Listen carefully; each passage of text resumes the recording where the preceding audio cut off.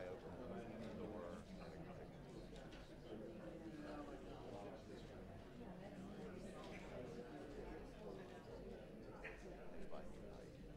but I felt absolutely. Only occasionally, yeah. I keep thinking more and more about thinking like an actuary about these things. So I ride across grounds. But I've seen Bill out in the rawest weather in Charlottesville running, yeah.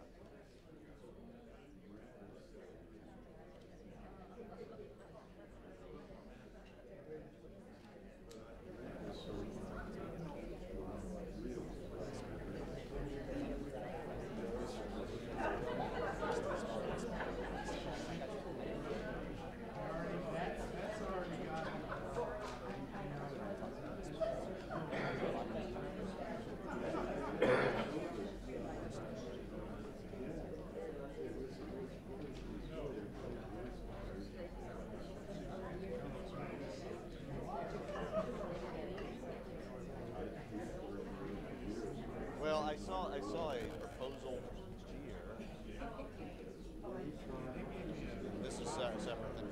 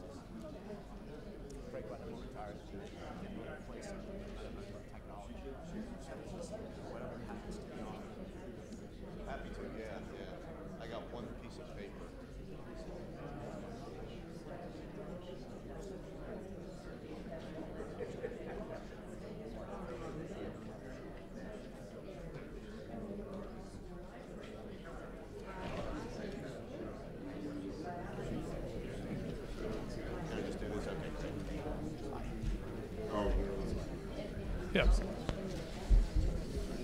Put you here, Mike. Okay. Wait, John can mind the clock and you don't have to look at it.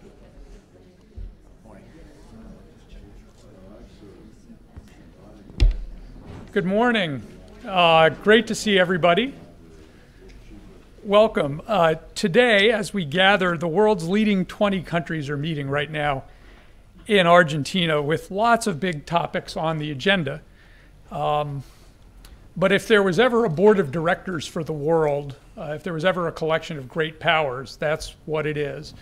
And how it was meant to be. That meeting that's happening emerged out of the G7, which started about 40 years ago in response to the oil shocks. But the G7 was the leading industrial democracies with the idea that they shared common interests and values. When the financial crisis hit a decade ago right now, the G20 was formed with the idea that the world's leading democracies couldn't manage the world economy and manage world security anymore. They needed a broader group of partners, and hence the G20. That is, there's a growing recognition that other rising economies, democratic and not so much, need to get together on a regular basis. So this week, the economies will be front and center when they sit around the table, but when they go back to their one-on-one meetings or one-on-one meetings that were scheduled and then canceled for one reason or another. They'll be talking about a range of different topics. And given who's sitting around the table, those topics will span the world. We are really lucky to have two people who, building off that conversation, but extending to all the different issues involved, can lead us through what's going on in the world. Our two guests today are our host, who's a member of our family here, and our guest, who's a member of my former family, although I guess I'm still a non-resident fellow at Brookings, really are exceptional in their breadth, depth, and their ability to go from big ideas to the nasty details of foreign policy. So first, our guest is a dear friend and a colleague of mine for a decade, well, actually 15 years now, if I count my non-resident status. Mike O'Hanlon is the Sidney Stein Chair and Senior Fellow at the Brookings Institution. He's also the director and founder of the Center for the 21st Century Security and Intelligence.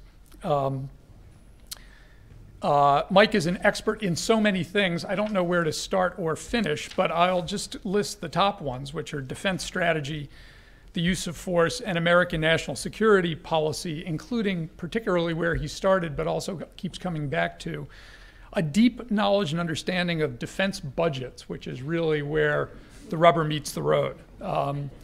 Mike has written big books on the future of land warfare, nuclear strategy, US-China relations, the Korean Peninsula, Iraq and Afghanistan, NATO, and Homeland Security.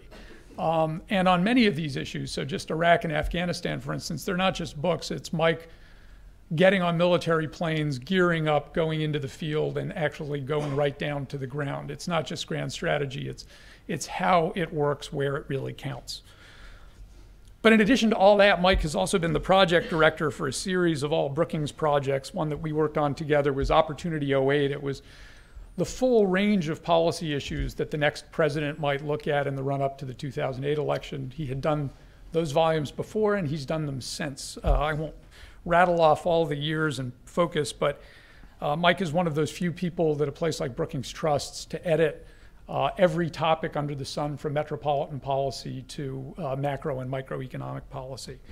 And in addition to all of that, I would see Mike flying by me on the way to the TV studio. He is probably the most recognized and prolific of commentators, not just in books, but op-eds and regularly on television. And in addition to that, he had time to anchor the Brookings softball team. He is the most saw Brookings of all people. He's a Princeton lifer with his undergraduate 2 master's degree and a PhD, but also has been an adjunct professor at Princeton, Columbia, Syracuse, and Denver. We've got at least one person here at UVA who can keep up with Mike, and that's John Owen. John is a faculty senior fellow here at the Miller Center. He's also the department chair in the politics department, where he is also the Henry and Marion Taylor Professor of Politics. And he's also a fellow at the Institute for Advanced Studies in Culture. He's a big brain as well, with wide and diverse interests. John has written on liberal peace and liberal war, how American politics shapes our views of international security, the clash of idea in world politics. This is a book that traces how ideas connected to actual foreign policy starting in the 1500s and going up to the present. He's also written recently on religion, the Enlightenment, and the New Global Order. He's been the editor-in-chief of the highly acclaimed journal Security Studies from 2011 to 14. And like Mike, he regularly writes for a number of publications such as Foreign Affairs and The National Interest. Like Mike, he also has affiliations with great universities, having been a visitor or with standing affiliations at Harvard, Stanford, the Free University of Berlin. He's a little more of an academic dilettante than Mike. His various degrees come from Princeton, Duke, and Harvard, and we've been lucky to have him here at UVA for 2 decades, and our daughters go to school together. So with that, I'm going to hand it over to 2 people I really trust to lead us around the world, John and Mike. Good. Thank you, Bill. Michael O'Hanlon, it is indeed very good to have you with us. Welcome. Thank you, John. We've known each other more years than I'm going to reveal, but we go back quite a ways. We are just about almost 2 years into the Trump administration. And let's start by thinking back 2 years during the transition from Obama to Trump. Remember, there were many experts and citizens, and not just in the so-called resistance, who had concerns about American national security going forward. In what is always a dangerous world under a new leader with no foreign policy experience, no political experience, who rose to prominence in the business and entertainment worlds, who had extensive holdings all over the world that could be seen as conflicts of interest, who had a habit of saying unpredictable things, laying bare his thoughts on Twitter for the whole world to see. Others, the president's supporters, the president-elect supporters then, were reassured that he was, after all, a successful businessman who had negotiated many difficult real estate deals in highly competitive environments, convinced that in a tough world, which we can all agree we have, what is needed is a tough leader, and that Donald Trump was that leader. Many people began to pay attention, very close attention, to the important question of who Trump was going to hire to fill out his foreign policy team, senior posts, figuring out how well these people are going to get along, how long they'll stay in office, how well President Trump will be influenced by them. So all these questions were swirling around 2 years ago. Now we're 2 years in. It's a good time to start asking big questions. Is America safe? Is America safer than it was 2 years ago? Is the Trump administration properly securing America's interests in the world? So Mike O'Hanlon, let's zero in on a few geographic areas, because those questions are so general, they're very hard to address. And I want to start with Russia, because Bill Antholis very rightly laid out that Russia's back in the headlines. He alluded to I think yesterday, a cancellation between a meeting that was supposed to happen between President Trump and Vladimir Putin. And that's owing to a recent seizure by Russian naval vessels on the Black Sea of 3 Ukrainian ships.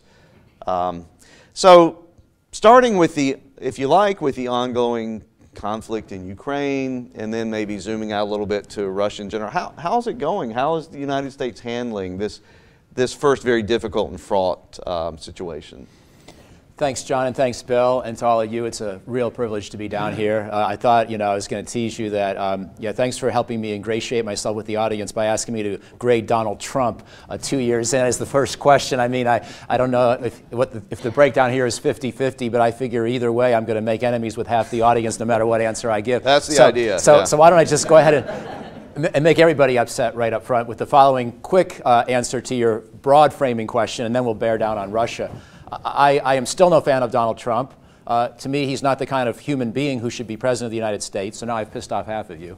But I think he's doing better than I would have predicted. And Democrats who think they're going to be able to just have 2020 be a referendum on him and an easy win for them better think twice, because by that point we'll have survived not just 2 but 4 years of Trump, and maybe the guy's a little smarter and at some level a little more thoughtful and calmer than he looks, and that we all expected. So that's my effort to win over the crowd with my first answer, and I look forward to. I think everyone's mad at you now. That's what I was expecting, and so I'm sure we'll come back to that. And you didn't start with North Korea, but I know we'll get to it. Yeah. And I think North Korea is a good example of where the idiosyncrasies of President Trump have at least created an opportunity. At the same time, we also see the potential absurdity of President Trump claiming that he's denuclearized North Korea when he's done no such thing.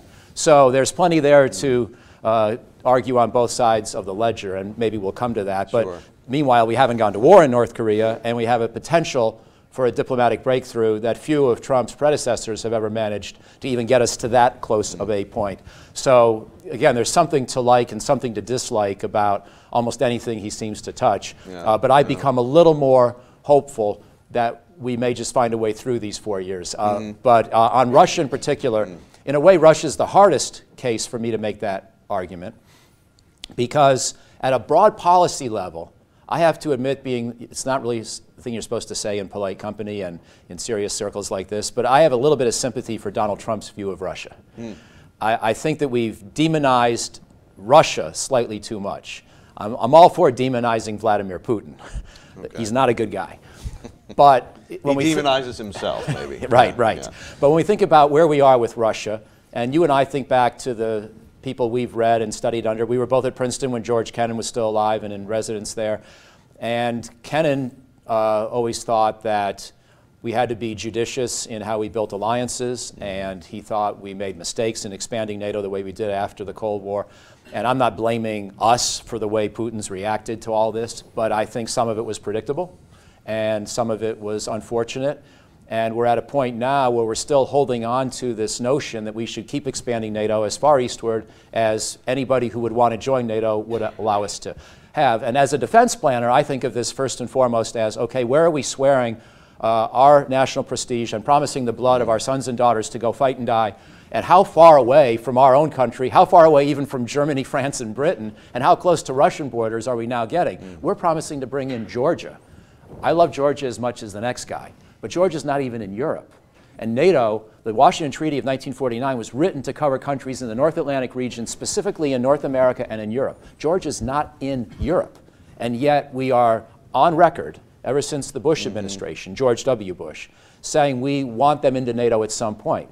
But meanwhile, no interim security guarantee, no schedule for how to get in, and the ongoing stipulation that before you can be a member of NATO, you have to solve your territorial disputes with your neighbors, even if they're not your fault. You put all that together, it's a perfect set of perverse incentives for Vladimir Putin to put a bullseye on the back of the Georgians and the Ukrainians and say, I'm going to meddle in your affairs just enough that you will never be an eligible candidate for NATO membership. And so, anyway, this is why do I say I have some sympathy for Trump's view on Russia? Not because Russia's behavior is ultimately justifiable in my mind.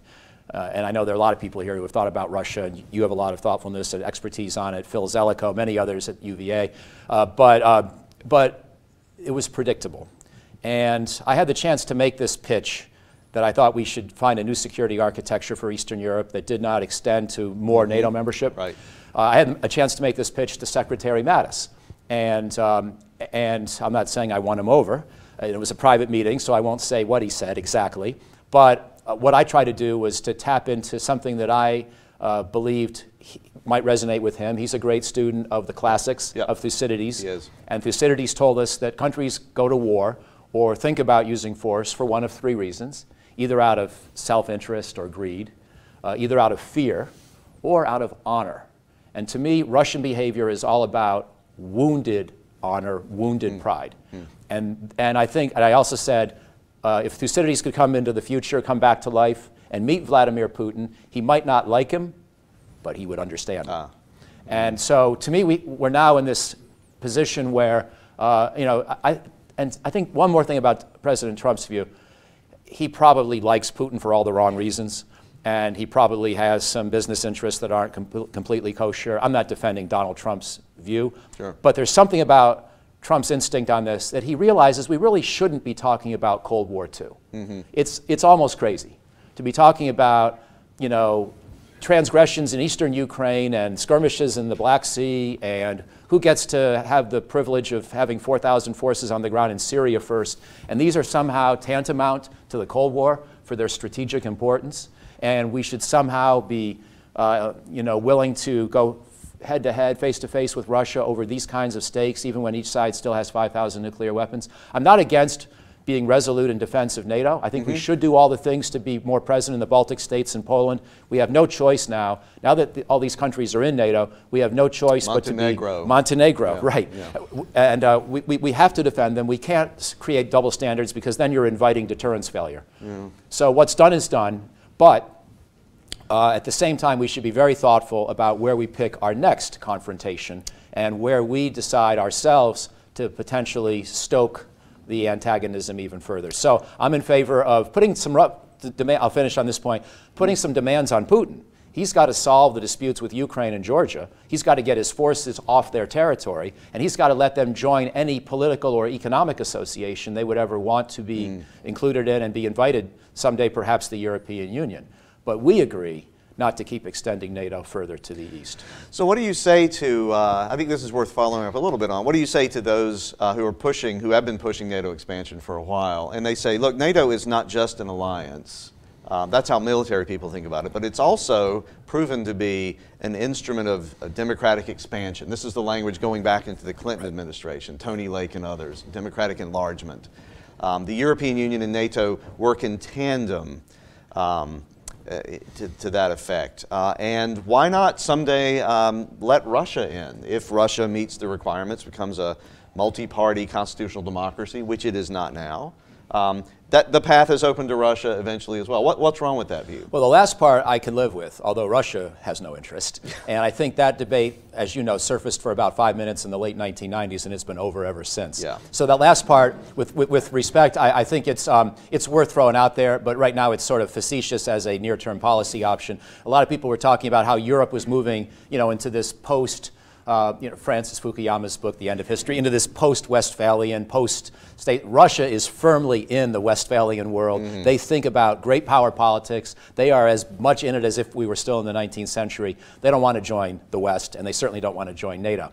So yes, in the long term, some kind of an alternative security architecture that includes Russia, I'd be open to thinking about. But that's going to start with people like you and me writing long policy theory books on it. It's not going to start in the real world anytime soon, I don't think. All right. But on the first point about democracy promotion, and I know it's a topic you've just done fantastic work on, the democratic peace theory. I still think your book is actually the most compelling of anything I've read in the democratic peace literature. So congratulations on that, and I hope you'll chime in with your own views. I think that it's probably true that NATO expansion did help consolidate democracy in certain parts of the former Warsaw Pact, but at what cost? If you create dynamics that even Gorbachev predicted would harm Russian democracy by empowering the Russian nationalists who would distort what we were doing willfully, but use this as an instrument of stoking up anti-Western fervor in their own country. So you take a country of 140 million people and 11 time zones and 5,000 nuclear weapons, and you set it back in terms of its democracy in order to help a Hungary or a Romania perhaps take a step forward. Is that really worth it? That would be one of my counters.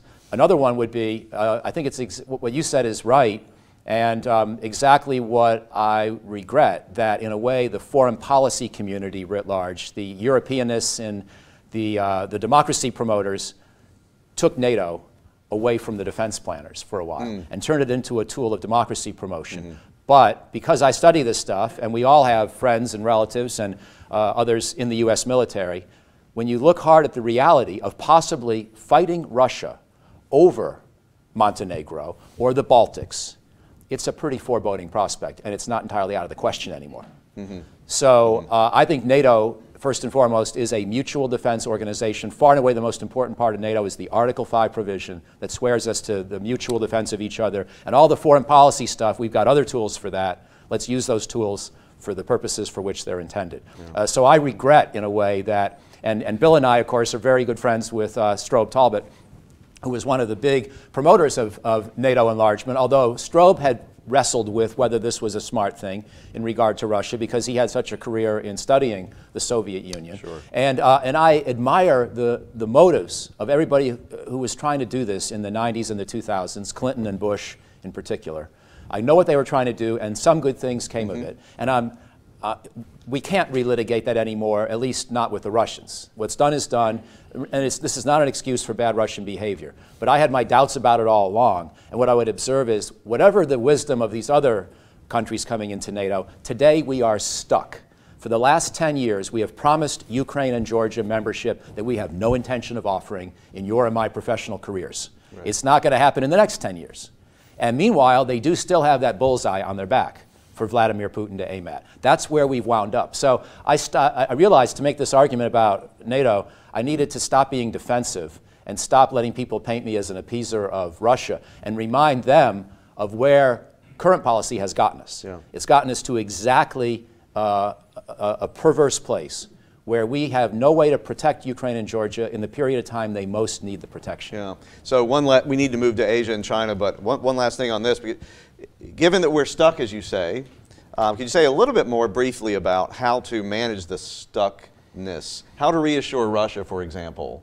Or can we do that, given that we're an open society, people are still talking about bringing Georgia and Ukraine in? And when the Russians hear that, when Putin hears that, of course he's going to be alarmed. Are there real ways to reassure? Not as the essence of the policy by itself. I'm not suggesting that. And while I'm more than happy and I appreciate the opportunity to have this kind of a vigorous discussion, I'm trying to be direct and blunt among fellow Americans. I have no interest in having this kind of a conversation with Russians. In other words, sounding like just because I would have preferred not to expand NATO so far, that they should use the expansion of NATO as justification for all of what they're doing. They've taken a kernel of a legitimate historical grievance and turned it into a huge, unjustifiable excuse for aggression. And so there's nothing defensible about Vladimir Putin. And by the way, if he was sincere and only caring about protecting Russia, presumably he wouldn't need to knock off or imprison all of his domestic political dissent and opposition. He would have enough confidence that what he's doing is good for Russia, that it wouldn't have to all come down to him and his cronies. So this is a corrupt guy, a brutal guy, not a good guy. And what I'm concerned about is not that he deserves any hearing, but that unfortunately he's tapped into a Russian sentiment that's very profound in that country, and that it shows no sign of changing anytime soon. Yeah. So that's really so some of this is not about Putin, it's about Russia. I think so. I mean, Putin's hijacked the issue for his own use. And so anyway, that's the main point I really want to convey. Yeah, good. Thank you. We're doing our geographical tour here. Let's turn our focus sorry, it's a footnote. So all I want to do is defuse the intensity of the competition and reduce the risk of war. Sure. I'm not looking to be friends with Putin. I would prefer never to meet him. To me, he's a son of a bitch. I'm sorry, we're on tape. He's a bad guy, and this is not about reassuring or stroking him or understanding him. Yeah. This is about reducing the chance of war, which I think is more than zero right now. Between two heavily nuclear-armed powers, Exactly. Right. We have large arsenals. So let's think about China. Some say, I would be one of these, and maybe you too, the bigger long-term, medium-term challenge is China. China is Russia's economy, the prognosis for Russia as a great power is not great. For China, it's really quite good. Some contingencies could derail China from its path, but it's on a path to superpowerdom. In journalistic discourse, it's routinely called a superpower now, owing to the size of its economy. But China is starting to convert its wealth to military power, to naval power. It has thwarted Western predictions for several decades now that it's going to either democratize or fail. It's not doing either. So China also has designs in the security realm on the South China Sea, Taiwan. So how is the Trump administration doing on that, would you say? First, a quick shout out to Bill Antholis on his book, because some of you know Bill took his family and did field research in both India and China and wrote a book, India and China Inside Out, and talked about how each of these countries is really essentially a continent and a community of multiple mini nation states that happen to be all under one name, but they display as much diversity from region to region. I mean, just think of it, more than 1 billion people in each country. It's staggering. And even though Bill is a guy who's written on a number of foreign policy topics and didn't spend his whole career doing Chinese archival research, he took a tack that most people haven't taken, and it's really a useful way to start to understand these countries better. Because of course with China, you just alluded to how there are some things that could set it off on from its current trajectory, and one of them is some kind of a big split regionally, or between the largely successful East and the center and the West. And it's really multiple countries all stitched together in one 6,000-year tradition. But I think that overall, let me say that President Trump's approach towards China is very Trumpian and very distinct, but the place from which he proceeds intellectually is not as unique or not as different from many other Americans as one might think. And those of us who have been watching this, and many of you, I'm sure, who look at China, I'm sure in this room there are many different perspectives on China just based on how you look at the world, but also what your means of thinking about China might most be. If you've been in business, if you've been in politics, if you've been in the military, there are multiple Chinas in that sense as well. And we all know that going back to the 70s and Kissinger and Nixon in the opening, there was a consensus through Republican and Democratic administrations, roughly through late Bush, early Obama, that the engagement approach of bringing China out of its shell was the right way to go. First, it helped us divide China from the Soviet Union in the Cold War. Then it hopefully was going to pull China more into the Western orbit and gradually, hopefully, liberalize China, not just economically, but even politically with time. And that all this could happen, we hoped, faster than they could become a real threat to us, and therefore that it was a gamble worth running, even though this engagement, this openness, this economic interaction was going to give them the means to build up military power more than they had before. Right. That was the basic calculation. It was the basic strategy that everybody agreed to. Bipartisan. I mean, there were some dissenters emerging by maybe the late 90s, but 90% on both sides of the aisle, and that consensus is gone, and I think it's gone for good.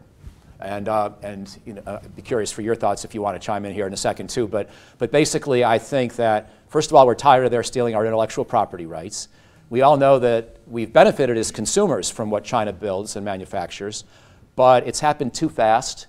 It's turned them into the world's #1 manufacturing power. It's taken away American jobs at a time when we were already seeing the middle class suffer. And even though we can't really blame China for, you know, being good at something, the whole pace at which they've done this and then put restrictions on our ability to have firms in their country and to demand technology transfer as a condition for being in their country and to steal our secrets and our intellectual property and use their intelligence services to then give that kind of information to companies in China who could benefit from it. Basically cheating in any kind of sense of fair economic order in a way that not only hurt American workers, it may have benefited American consumers. And of course, often a consumer and a worker are the same person, but it's useful to break out the distinction. But now it's given them the basis to be militarily threatening as well. And lo and behold, Xi Jinping has slowed down or reversed some of the political reforms we were hoping for. So the whole calculation may not have been fundamentally wrong, but it's run out of gas. And we need a new consensus. And actually, in some ways, ironically, Trump may be leading us to a new consensus in his own inimitable way.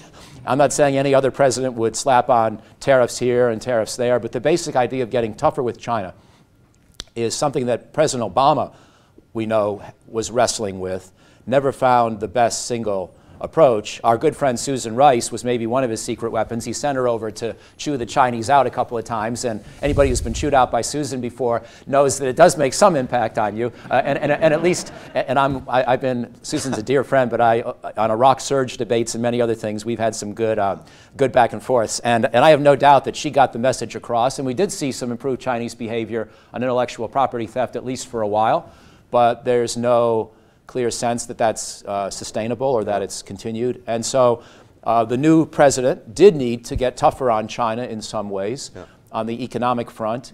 And I also, there's so many other things to say about China, but I'll just say one more at this point, that again, I don't really admire President Trump's style or his personal ethics or just his character, but there might be a certain caginess, even a certain wisdom on his part in trying to make friends with Xi at the same time that he's trashing China. Because in a way, he's introducing some ballast.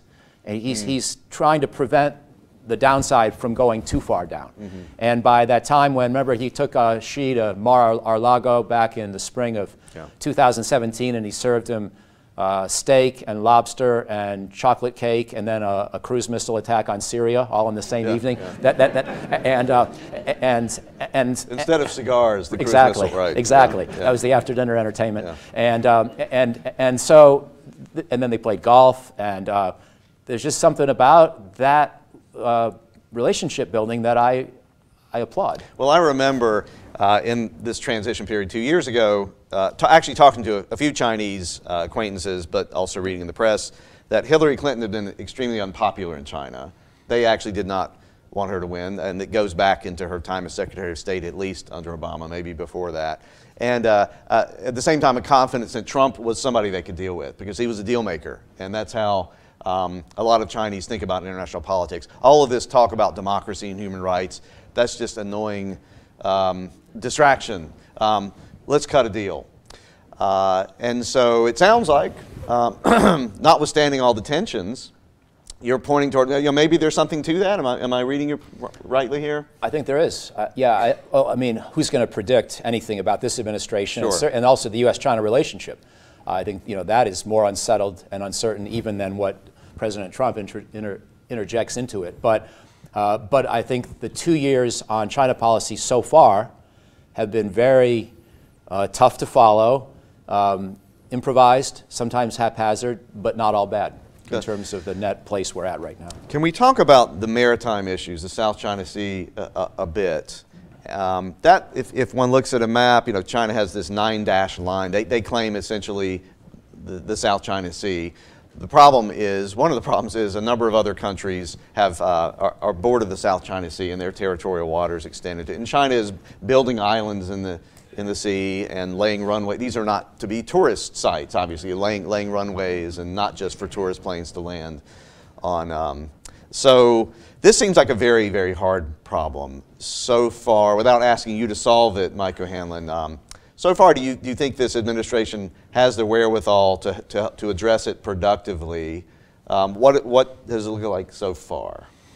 So I think that the core principle has to be that the South China Sea is everybody's water, and that we will not accept any kind of restrictions on the movement of any kind of vessels, civilian, commercial, or naval, from any country.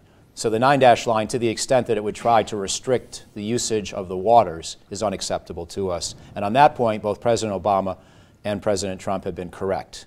And there's been a lot of continuity. I'd love to, by the way, another way to frame a broad foreign policy conversation is to try to tick off all the places where Obama and Trump are basically following the same policy. And of course, if they were here, they would both object to any such characterization of continuity. But I actually think there's a lot of continuity on a number of issues: Syria, Afghanistan, South China Sea. And so President Obama didn't really want to pick a big fight over this, but he wanted to make it clear that if you're really saying, China, that you're going to shut down the South China Sea, that's a no-go.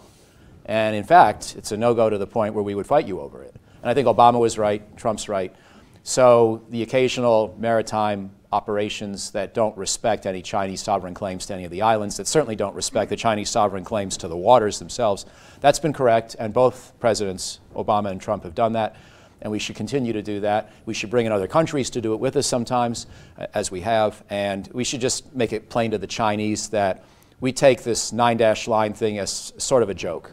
That, I mean, we take it deadly seriously, but we're not even going to really debate them over it. It's just a non-starter as a matter of international principle. But the islands themselves are tougher, and you can basically acknowledge that nobody had established clear sovereign claim to these islands. That in some sense, as long as there's some apportionment where various countries get some share, and people don't fight each other over the islands, that if China wants a few, we can't really object too vociferously. So that's a little bit of a tough argument to make, where you're saying, you really shouldn't do this, but it's a second-tier issue. But I think it is a second-tier issue. And what China's been doing, dredging islands, even militarizing some of them, is unpleasant, it's uncomfortable. We should find ways to push back against it. We definitely should not fight against it militarily. Okay. And so what about, a couple more questions on China. One is, what about the argument that some Chinese have made and others in the West have made that China is treating the South China Sea the way the United States began to treat the Caribbean just over a century ago? A rising great power with territorial waters off of its coast, with islands and little countries that have interest in their pride and so on. But basically, this is great power politics at work. Well, and so we should just let them do what we did. Yeah, well, what I would say to that, imagining a Chinese audience, is I'm sure that a great country like China that's 6,000 years old is mature enough by now not to have to behave in such adolescent ways. We've gotten over it in 240 years. You should be able to get over it in 6,000 without having to turn the South China Sea into your outland lake. So I would do that almost teasingly, but seriously. In other words, if there's going to be any hope for the 21st century being more peaceful than previous centuries, the old rules can't be used. Great powers have to behave better than they used to. And yes, I plead guilty as an American to some of the mistakes we've made in this hemisphere in the past, and maybe even in other ways still today. But we don't claim that the Caribbean is an American lake. anymore. We might have acted sometimes like it in the past, especially in the Cold War, when we thought the Soviets had malevolent intentions, and they did. So some of our behavior was an understandable response to Soviet aggression or assertiveness. Other parts of our historical past were maybe more colonialist or neo-colonialist or what have you. But those are not acceptable ways of behaving in the 21st century, and the Chinese don't get a pass. They've been around too long to use that kind of an excuse. So on the sort of in the same neighborhood of questions, the United States is building ties with India. Things have been going much better with India for the last 20 years than they did during the Cold War. Long-standing alliance with Japan, long-standing alliance with Australia. Still, we're there on the Korean Peninsula. Good relations with Vietnam, of all things. Are we encircling China, and are they justified in worrying about this and pushing back and at least saying, well, look, the waters off of our coast, those are, in fact, that's much more important to us than it is to the faraway United States. They should just stop encircling us and let us be a normal great power. Well, what I would say to that is that these are the kinds of responses, tightening those networks, maybe someday having more military cooperation, let's say with Vietnam. These are the kinds of responses we do have in our quiver if they keep escalating the militarization of the South China Sea. So I don't propose that we start shooting at the Chinese islands, but I do suggest that we at some point should consider having American military facilities back in the Philippines or even in Vietnam. And China should know this is the way we're going to make our decisions about such things, in consultation, obviously, with the regional players. And to the extent that China is just behaving nicely in its own waters and wants to be sort of first among equals, but according to a set of rules everyone obeys, that's fine, and the United States won't be as essential. To the extent they're bullying their neighbors around and trying to shut down waterways, yes, we intend to unapologetically cooperate with countries like the Philippines and even Vietnam, and it's sort of their choice as to how far this goes. You alluded to staying in the same region. You referred to North Korea a few minutes ago. So let's talk a little bit about the Korean Peninsula. This is a real surprise, right? I actually looked back at the December 2017 National Security Strategy put out by the Trump administration, and I'd forgotten just how harsh the language about North Korea was, and justifiably so, about the leadership, the regime they have here in place there, and a lot of its actions. And lo and behold, now for the last, actually many months now, things have seemed to turn 180 degrees, and there even seems to be a sort of a personal friendship, according to President Trump, between the two, between Kim Jong-un and Donald Trump. But perhaps more seriously, the question is, are we headed, do you think, toward a denuclearization of the Korean Peninsula? We're not there yet, but are we headed there in exchange for a U.S. withdrawal from the peninsula? Is that in the future? Would that be a good thing? No, I don't think it would, but and you asked the hardest question, which is not uncharacteristic of John Owen, who I've been having these kind of conversations with for 32 years. I will reveal the math on how long we've known each other. And some of on Korea, the conversation has barely changed. That's true. But I think let me start with the easier question you didn't ask, and then I'll wind up with the hard one you did. The easier question, I think, is what deal should we be going for right now? And that's still a pretty hard question, but to me, President Trump wound up by the Singapore summit with a policy that probably had been improvised step by step and had probably cost a lot of people in and out of his administration to lose a lot of sleep. And yet by the Singapore summit, it sort of had a coherence to it. And I was just teaching at Georgetown last night. We did North Korea as our 3-hour block, and we were going back to the 1994 agreed framework where Jimmy Carter was the envoy for Bill Clinton and went off and improvised as an ex-president and wound up with a deal that at least partially held together for a few years, which is pretty good by standards of deals with North Korea. But that was an improvisation involving a president or an ex-president. And so on the one hand, Trump's approach looks completely unprecedented and half crazy. On the other hand, maybe there's a little bit of genius and some precedent in what he has done.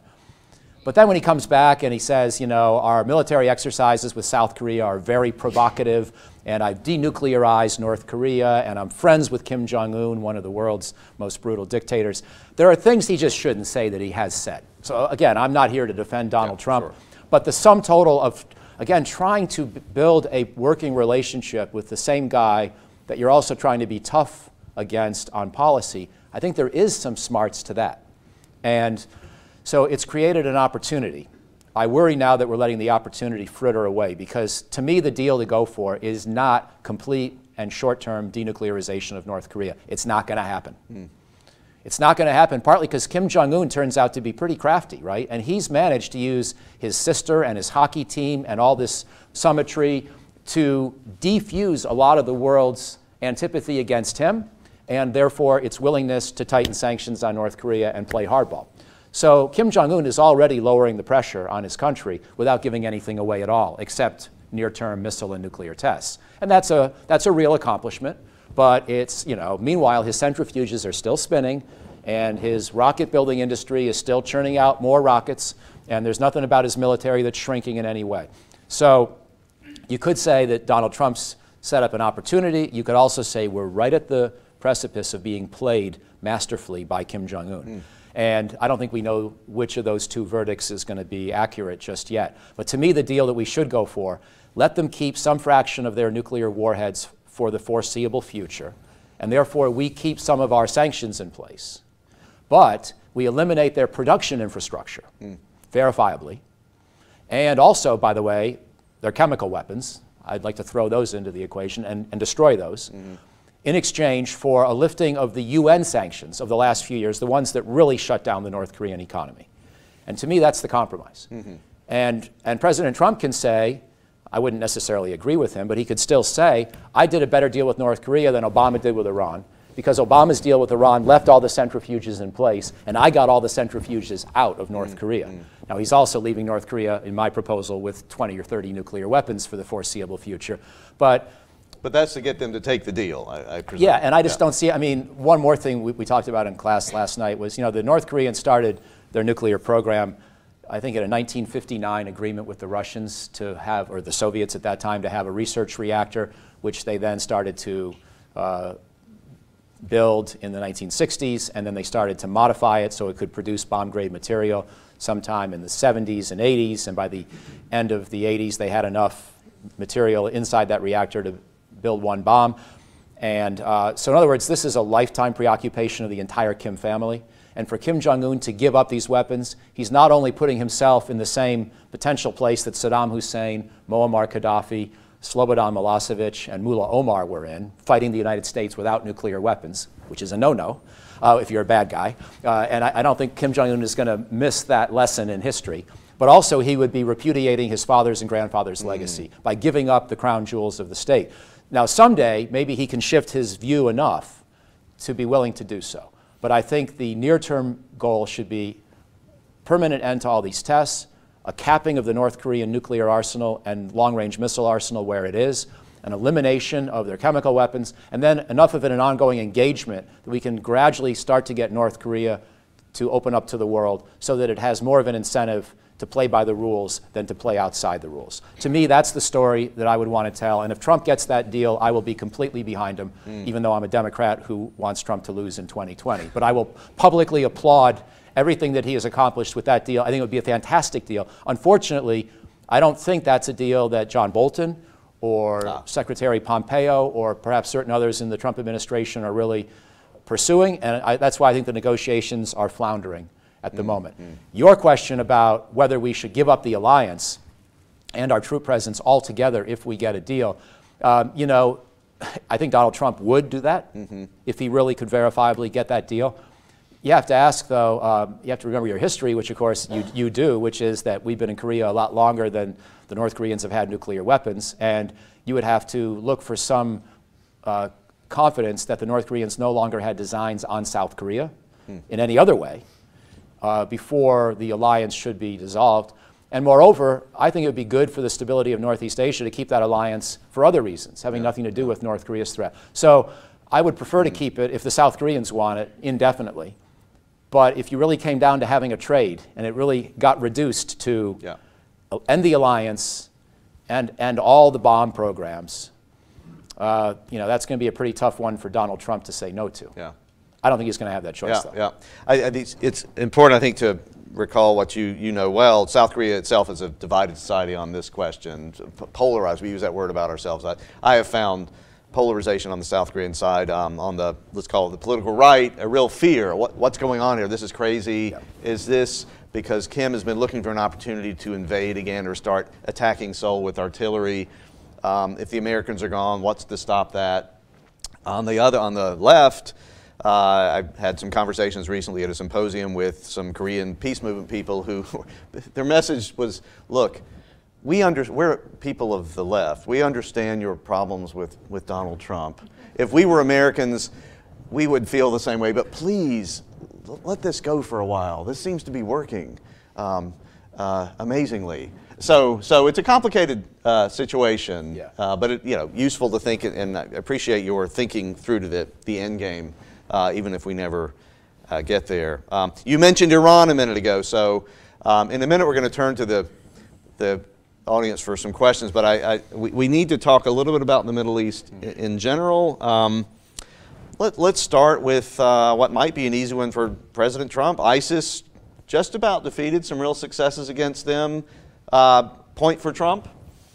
Yeah, no doubt. He sustained and reinvigorated the Obama policy, which President Obama started in 2014 after ISIS moved into Mosul and other parts of Iraq, as well as Syria. And of course, Obama had his challenges on Iraq policy, just as his predecessor had. And this is a debate where we can probably all find a way to get upset with each other if we go back far enough and focus on enough different issues. The way I like to say it is that everybody, certainly including me, has had plenty of time to make their fair share of mistakes on Iraq. So let me just start with 2014 and not try to revisit the history before. I think Obama made a smart move at that point in basically saying to the Iraqis, starting with Iraq, you have to get rid of your polarizing Prime Minister, Maliki, because he's the one that created the conditions for ISIS to even be able to do what they've just done.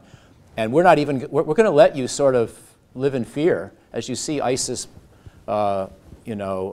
movements and convoys inside Kurdistan and elsewhere. We're not going to do a whole lot to save you until you get rid of Maliki and get a prime minister who can bring your country together. And it worked. And then we started using air power that summer, and we prevented, us plus the Iranian militias, prevented ISIS from taking Baghdad. And so, we stanched the damage. And then Obama and his generals and others set up a policy that was going to take a while. You had to start by rebuilding the Iraqi army, which had been so polarized by that point that it was an ineffective fighting force. And we didn't want to go in again with a large American presence, so we trained them and helped them rebuild their army, used air power. You know the story. And that took a while. And I don't think any American president at that point would have wanted to go in with another U.S. surge force. So it was bound to show results only gradually.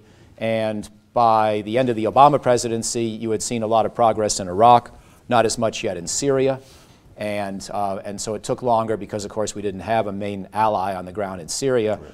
And so President Trump took this policy, he intensified it, he put some more Americans on the ground, he expanded the use of air power, and yes, he deserves credit as well. Again, this is a policy where I think Obama and Trump are linked like brothers, as much as neither one would accept that. Cain and Abel, perhaps. Almost, yeah, right. Yeah. Good retort. And so the question now is, the harder question is, where do we go from here? And I think President Trump's instinct, like probably most of our instincts, would be, okay, ISIS defeated, let's get out. We've tried everything else, doesn't work, it just gets Americans killed. The problem is, of course, if you were to leave precipitously, the Iranians would have a field day with more opportunity to ensconce themselves inside of Syria. And the Kurdish allies that really did the fighting on the ground to defeat ISIS would be abandoned. Right. And I think we Americans do have a certain sense of honor and obligation to people who have actually fought shoulder to shoulder with us. Sometimes sometimes Americans get asked to do too much for sort of everybody around the world, but I think we do recognize a special obligation to people who have fought with us. And the Kurds in Syria are one such group. So it would be dangerous and regrettable to have to pull quickly out. I thought President Trump was going to do it. He hasn't. He's kept about the same size force, and he seems to be waiting for the next opportunity to begin to stabilize the situation without abandoning the Kurds and without pretending the fight against ISIS is really completely over, because it's not. So that's where we are. And yes, I'll give him some credit, and I'll also give him credit for not having declared victory prematurely and pulled the U.S. forces out, which would have been tempting to do once most of the big cities were liberated. But the problem is still there, and he's allowed his generals to persuade him that the job is not yet done. So, so far, so good. So we have to ask the question, another maybe a tough one, with apologies. Is a path toward ultimate withdrawal being laid, or is this just, the U.S. has been in Afghanistan, which we weren't talking about, but since 2001. So it's now America's longest war, longer than Vietnam. Iraq also, we're back, 5,000 plus troops maybe right now. A lot of people are still asking, including people who voted for President Trump and people who voted for Bernie Sanders, where does this end? Are we any closer now?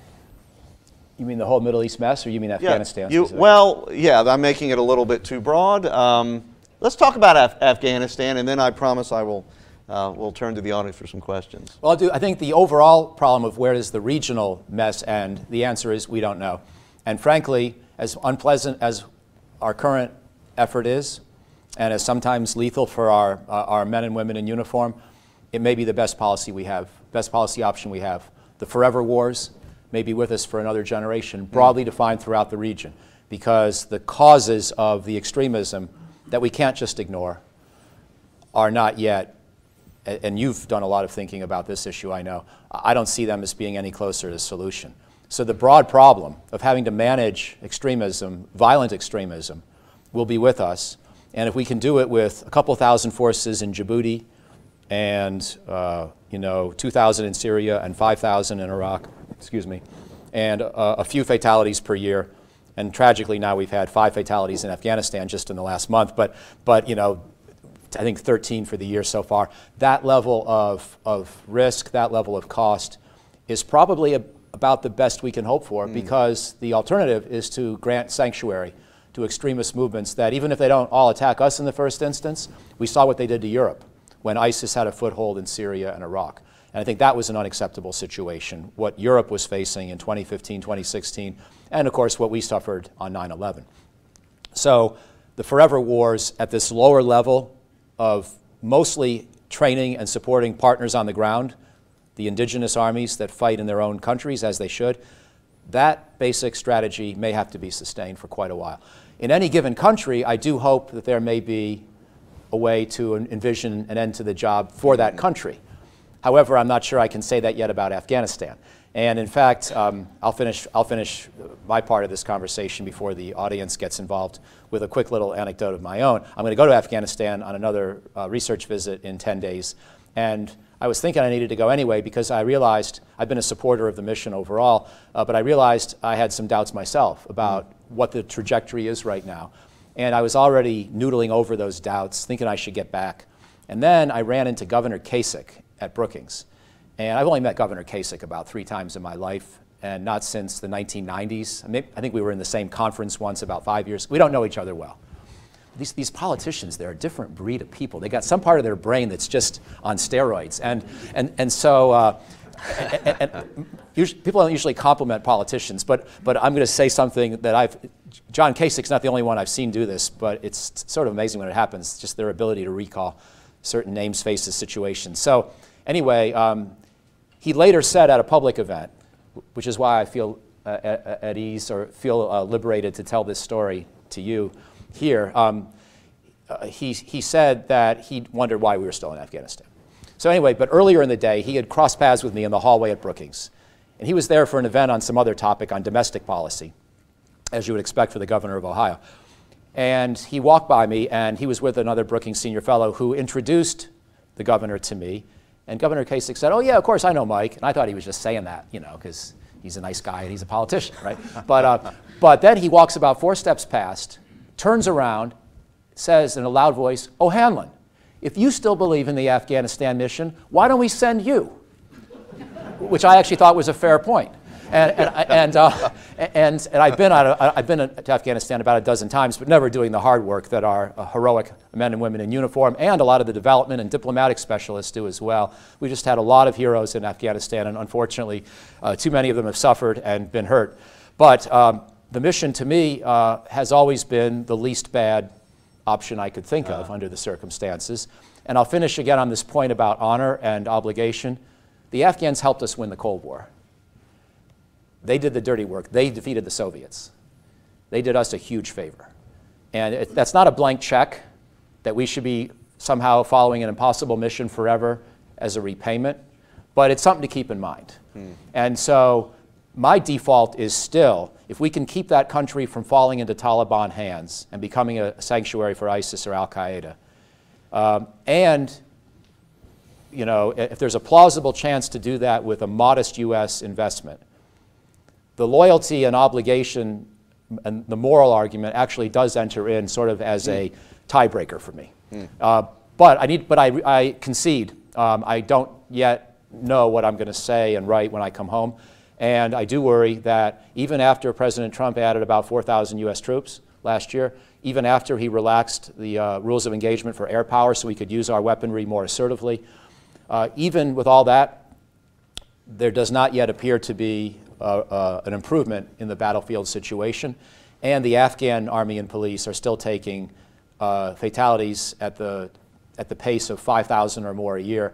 And I don't know if that's sustainable. So I don't know if we're really on a path of I'm not talking about victory. I'm not even sure if we're on a path where we can indefinitely avoid defeat. I hope so, but I'm not sure, which is why I feel like I need to go see for myself. These are tough problems, and it's easy for us to take shots at politicians for not solving them. But you see someone who is a brilliant and learned and highly experienced academic at a think tank also doesn't have easy solutions. So little sermonette from me.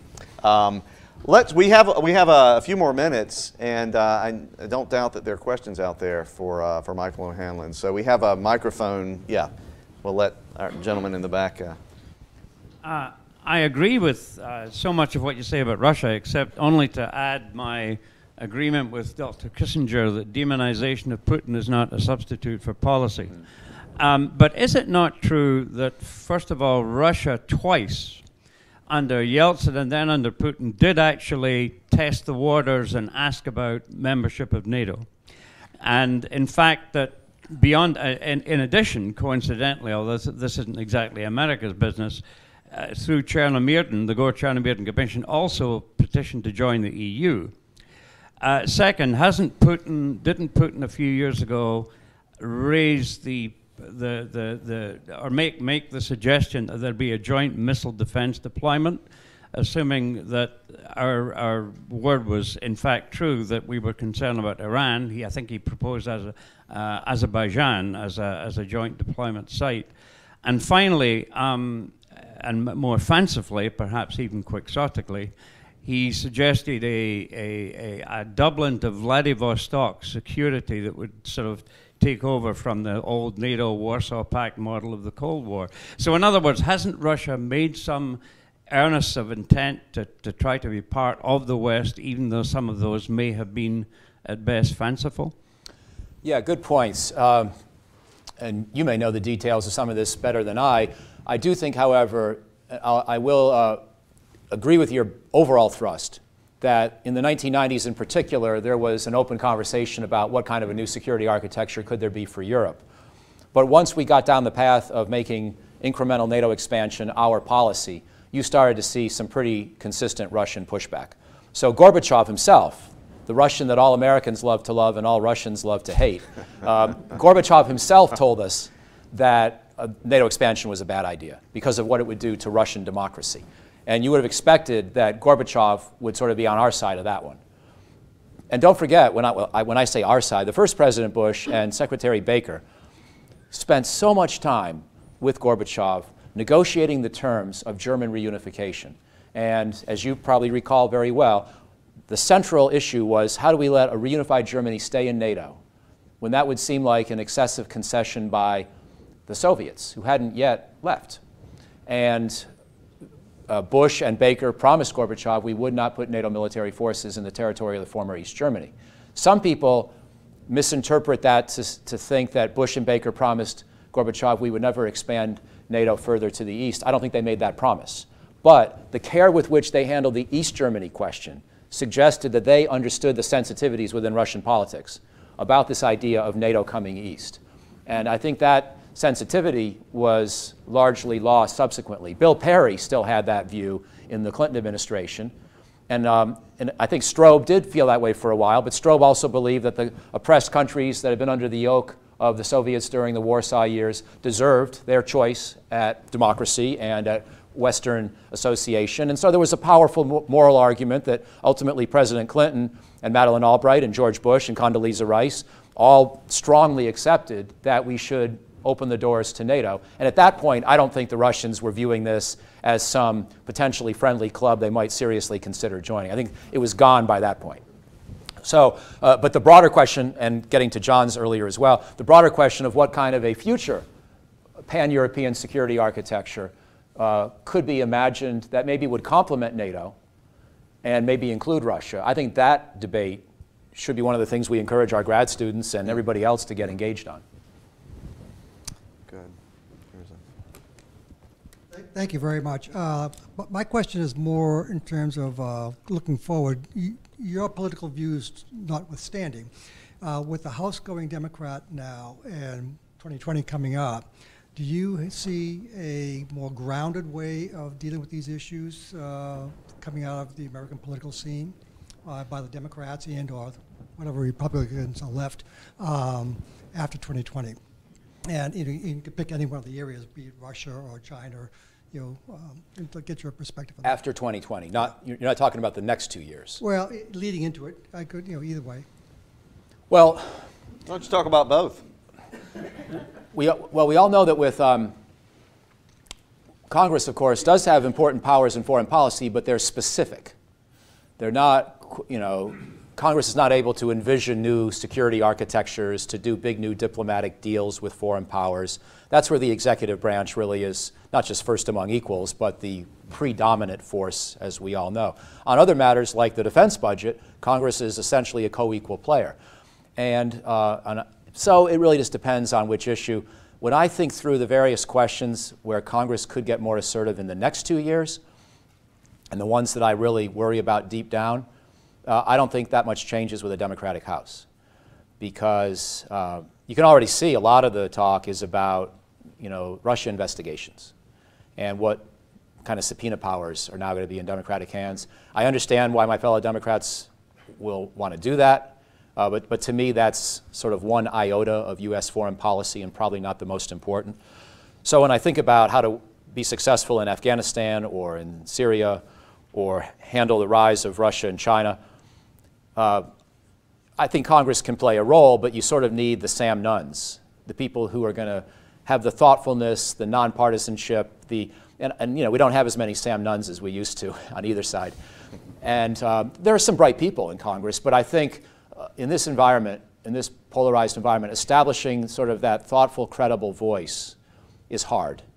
And in fact, if anything, we see slippage in the other direction with my friend Lindsey Graham, who used to be more than willing to challenge presidents of either party and seems to be a different kind of person these days politically. And that's just one example, and obviously, Democrats have challenges too. And I'll say I also very deeply regret losing not only John McCain, who we all miss, but Bob Corker. I would have loved to see Bob Corker stay. And I really wish that he and Jeff Flake hadn't viewed the Trump era as one that was perhaps just so frustrating to stay in as a Republican, as a moderate Republican, that it was better just to leave. I don't resent their service. Anybody who's in public life, works their tail off, and they deserve to go on to an easier life. But boy, are we going to miss them, because I think Congress's powers on these kinds of crisis management issues are less about legislative or budgetary, direct impact, and it's more about helping set and change the tone of the national debate in ways that are often nonpartisan and not predictable. And with losing McCain, losing Corker, losing Flake, losing Lindsey Graham in some sense, and then you know, we could go down the list on the Democratic side too. It's just going to be a struggle to see Congress rebuild that kind of stature on some of these issues. 2020 is so far away that I don't even know how to comment on that. And it's going to depend so much on whether President Trump is reelected. Yes, there's a recent reporting about the Pentagon budget and the fiasco that's been going on with their inability to provide an auditable accounting of expenses. Do you have any thoughts on what's going on? I think it's good to try to audit the Pentagon, but it's not an issue that keeps me up at night. I wrote a short book a couple of years ago called The $650 Billion Bargain, the case for modest increases in U.S. defense spending. That was before Trump, so now we're up to $716 billion. And so we've gone above my recommended increase and kept going. But I still think that overall the Department of Defense is always bound to be inefficient, wasteful, unauditable, and pretty darn good at what it does.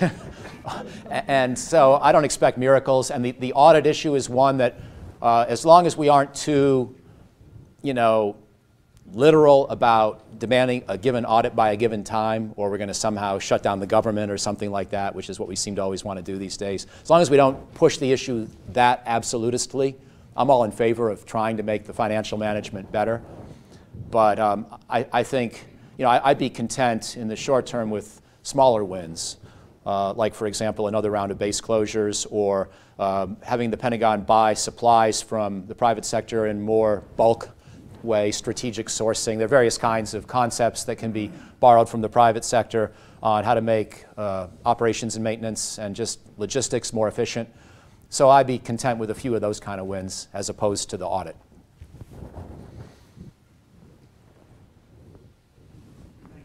This is a little bit off the major subject of today, but I thought take advantage of your presence here to get your reaction to that quite extraordinary piece in the New York Times on Sunday on China. There were a lot of things that were opened up there that I hadn't really thought through. Yeah. But there's a lot going on. Would you comment?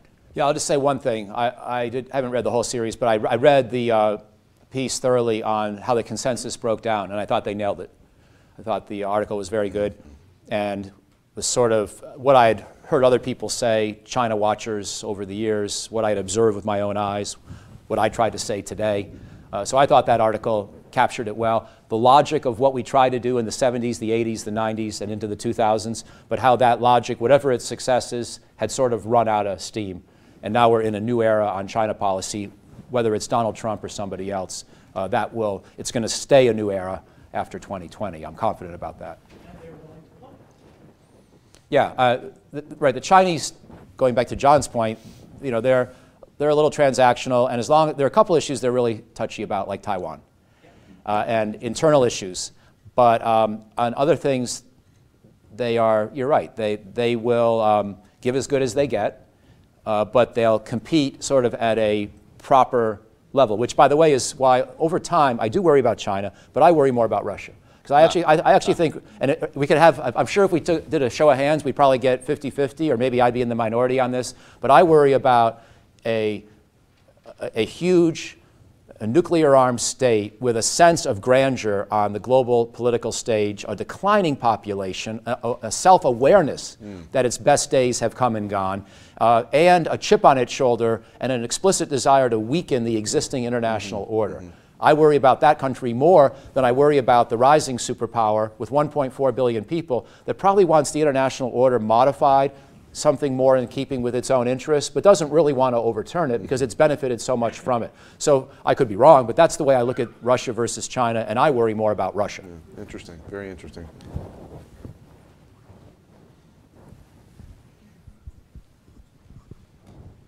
You put together for us a very nice collection of views. Ukraine, South China Sea, rite of passage, and so forth. North Korea, Middle East.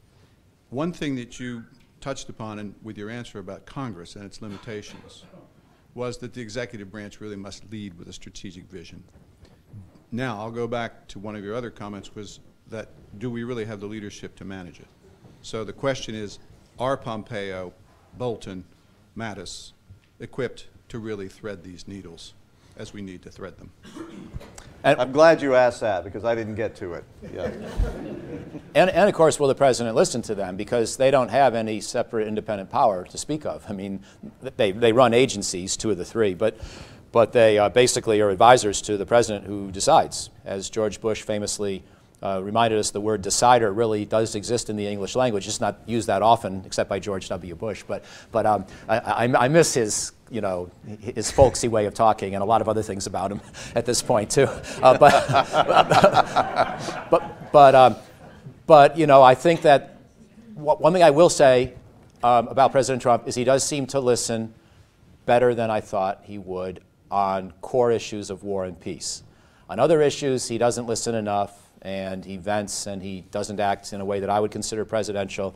And as I think I've made clear in the last 75 minutes, I'm not a fan. However, when Secretary Mattis or even Mike Pompeo, with less experience than Mattis, but also a bright guy with a lot of well-developed views, when they talk about serious issues to the president, I don't sense that he dismisses their viewpoint. He may sometimes disagree, of course. That's his prerogative.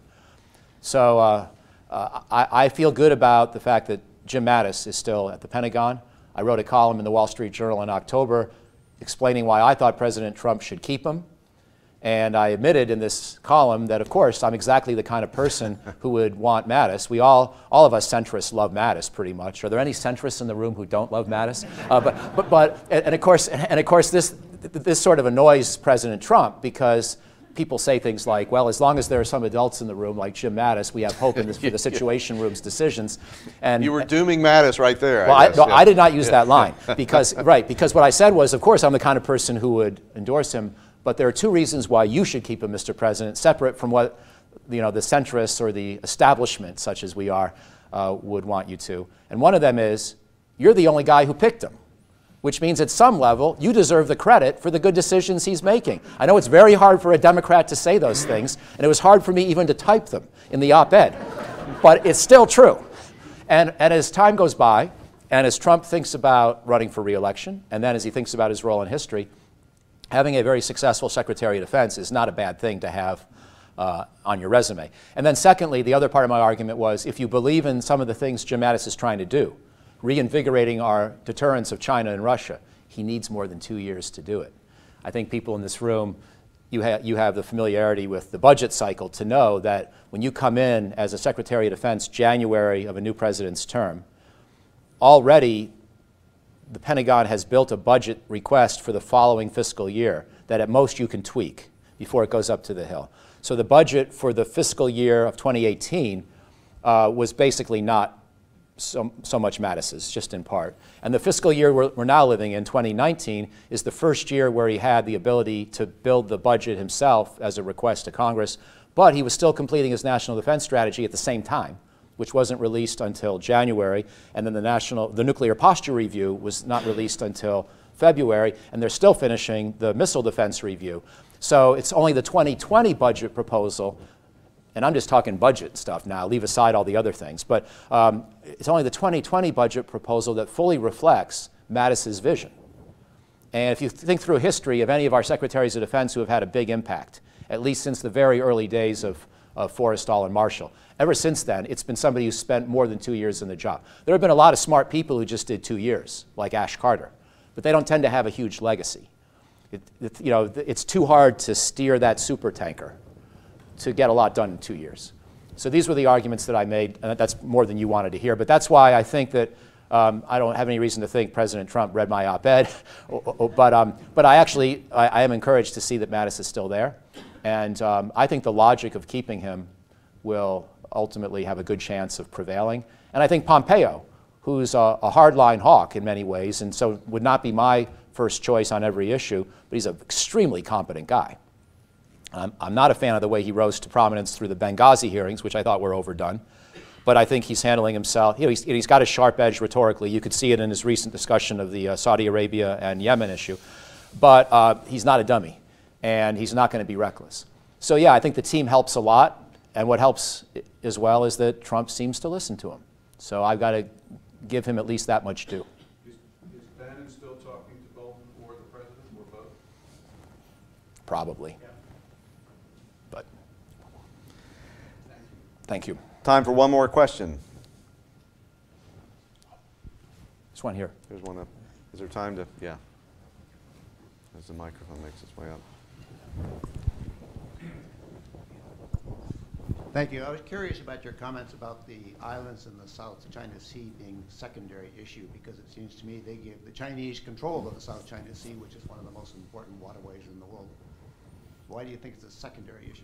Well, I don't think we have it within our power to prevent the Chinese from having a lot of ability to exercise military leverage in the South China Sea, nor do the Chinese have the ability to prevent us from exercising leverage in the South China Sea. So the old days when the United States could basically sail within sight of Chinese shores and have military dominance even at that geographic location, those days are gone forever, in my judgment. And it's not just because of the South China Sea islands, it's the march of technology. It's satellites, it's precision weapons, it's advanced submarines. It's going to be impossible for either China or the United States to control those waters in the sense of protecting its own assets and keeping the other completely out. So the way I see this is not so much having the prerogative or the ability, the realistic choice to do that, but it's making sure we don't wind up in that shooting war, which is primarily a function of our being very clear of which issues we would fight over and which we see as secondary. In other words, it's not desirable that China do this, but what do you realistically propose that we do about it? I'll tell you a quick little anecdote to remind you of the history of this, the recent history. Most of this construction of these islands and then the militarization happened between 2013 and now, but mostly between 2013 and 2016 or so. And so Rex Tillerson, a bright guy who had not spent a lot of time thinking about these issues as a government official, was asked during his confirmation hearings in January of 2017, what should we do about the islands in the South China Sea? And I don't know if you recall what he said. He said we should prevent China from continuing to do what it's doing. We should prevent them from accessing these islands, which sounds like the reasonable thing to say until you actually think about what it would require to do that. And so on the very next week, Jim Mattis, recently confirmed himself as Secretary of Defense, goes out, and his first overseas trip is to South Korea and Japan, the countries that President Trump had said maybe we should just cut loose and let them build their own nuclear arsenals. And that was sort of the state of play of the dialogue at that moment. Yeah. And somebody asked Mattis on the trip about the South China Sea. And he basically said, we have clear national interests, vital interests in using those waters, but I think the issue of the islands can be handled diplomatically. Diplomatically, and what he didn't say was, diplomatically at a time where we're going to keep putting our military assets out there, we're going to make it unambiguous that we still view these waters as crucial to global trade, crucial for our own access, but we're not going to fight over them, because I've thought through what it would mean to fight China over these islands, and there's no good way to do it. Now, so where I do acknowledge, and I'll finish on this point, I said earlier in response to John's question, to the extent that China starts being more aggressive in what it's done with the assets on those islands, then I think we need to find other ways to push back. And I would consider militarizing other parts of the region myself. And it's more of an arms race or sort of a balance of power as opposed to believing we have a way to prevent what they're doing. So I would hope that Duterte wouldn't be president of the Philippines that much longer, and then hope to talk to his successor about more American installations in some of the Philippine archipelago. I'd want to talk to Vietnam about possibly a formal treaty alliance and American military presence there. These are the things I would do if China got even pushier. And maybe we should do something right now. If I were in government now, I would propose that we say to the Chinese, whatever excuses you have in your own mind for President Xi essentially having lied to President Obama, because Xi said he wasn't going to militarize those islands, and now they have.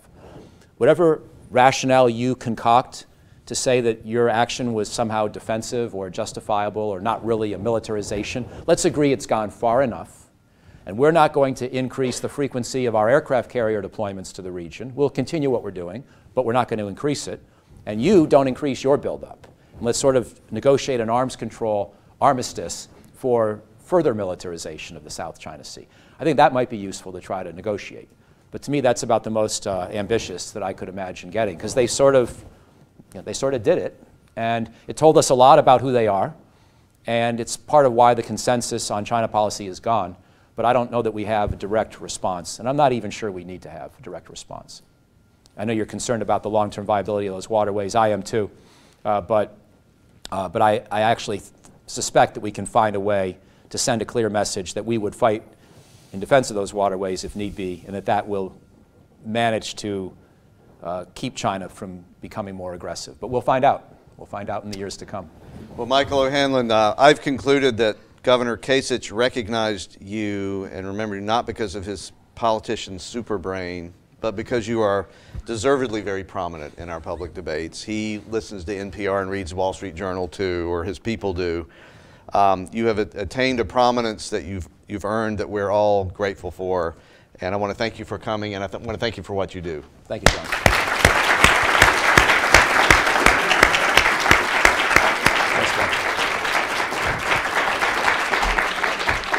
I'm going to add my thanks to both Mike and John. John, thank you for expertly touring us around the world with Mike, and to a few other people too, Christina and Alfred, who pull this event together on a weekly basis, and in particular this one. Also Mike, Woody, Kevin, our whole tech team here, and the other folks here at the Miller Center who all work to bring this event together. And a programming note for next week. Think about this as part 2 of the same conversation. Our Schlesinger professor, which as most of you know, I think we have a professorship here dedicated to, in the name of James Schlesinger, to bringing a former senior national security official to be in residence with us for a year. And John Negroponte is our Schlesinger chair this year. And John will make his first forum room appearance with us on the 3rd, next Tuesday at noon. And that conversation will be moderated by a very important person here at UVA who has not yet graced our stage, but has been with us at the Miller Center several times in a working seminar form, and that's Steve Mall, the new Vice Provost for Global Affairs and a career Foreign Service officer whose last position was as the acting Undersecretary of State. So we're really thrilled to have those two here, and just consider that part 2 of this great tour of the world. So John and Mike, thanks again, and we'll see you all next week. Great pleasure.